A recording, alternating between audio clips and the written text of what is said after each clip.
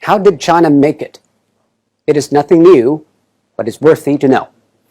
According to an initial WHO report, an infected person appears to spread it to an average of 2.6 people. And after 10 generations of transmission, with each taking 5 or 6 days, that one initial case has spawned 3,500 in matters of days. And that is what the world is seeing.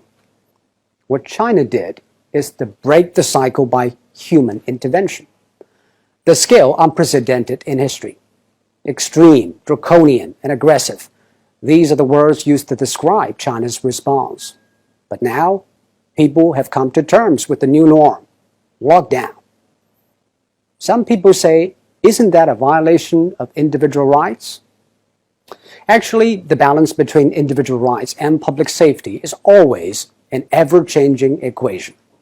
After 9/11, all the airports in the world began to impose draconian safety checks on passengers, and people accepted it because we traded a little of our freedom for the greater good of the public. China imposed the largest and most draconian quarantine in history. Factories shut, public transport stopped, and people stayed indoors. By doing that, it flattened the curve. On one hand, China avoided many millions of cases and tens of thousands of deaths. On the other, it stretched out the time and made the hospitals restaffed and less strained. This is exactly what Europe and America should know. But public policy needs both ends to agree, the decision makers and the decision takers.